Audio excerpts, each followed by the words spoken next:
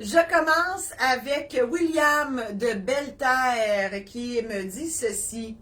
Après la construction de notre maison, mon ex-conjointe et moi avons fait un testament afin de nous assurer qu'à mon décès, ma part de la maison lui revienne.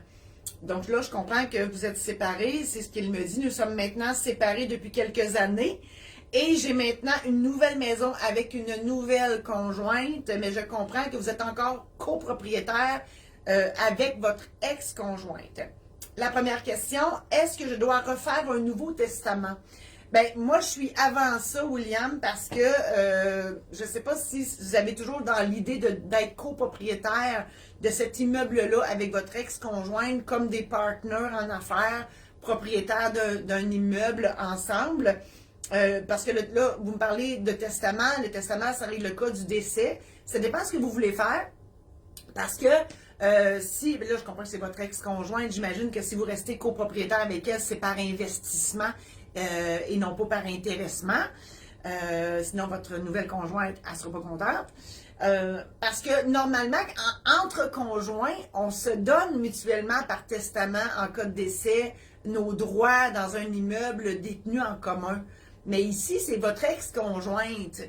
Vous pouvez, dans votre testament, dire plein de choses, comme ben, je lègue à mon ex-conjointe ma part dans l'immeuble, point. Ou vous dire je lui lègue, mais c'est toujours dans l'idée de ne pas impliquer votre nouvelle conjointe avec votre ex-conjointe. Imaginez-vous le portrait, l'ex-conjointe est propriétaire avec la nouvelle conjointe d'un immeuble. Je suis pas sûr que ça ferait un beau tableau. Ils peuvent très bien s'entendre aussi. Écoutez, ça se peut aussi.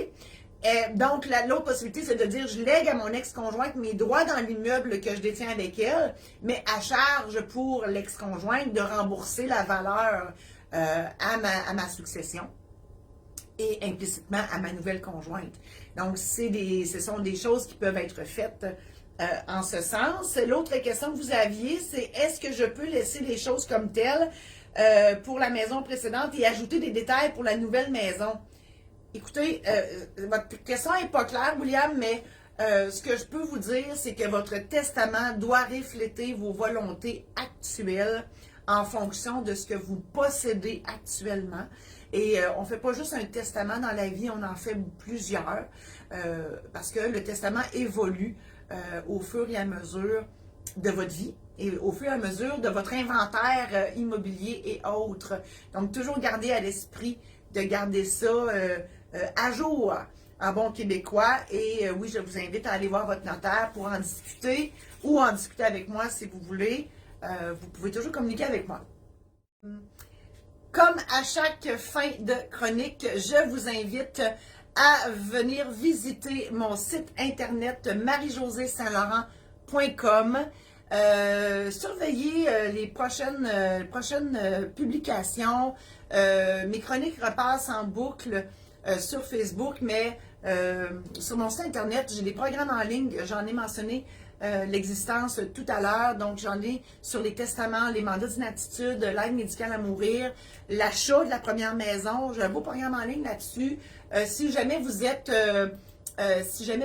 liquidateur, liquidatrice dans une succession, il y a aussi un programme en ligne qui peut vous accompagner dans tout ça. J'ai des services express aussi, des consultations possibles et je m'en viens éventuellement avec des showférences. Des showférences, ce sera des conférences humoristiques où vous pourrez venir me rencontrer dans des lieux, des vrais lieux ou en Zoom. Je regarde tout ça, là, je suis en train de penser à tout ça. Et le but, c'est toujours de pouvoir vous informer, de partager avec vous mes connaissances pour que votre patrimoine soit protégé dans toutes les éventualités de la vie. Alors voilà, je vous souhaite une très belle journée et à la prochaine.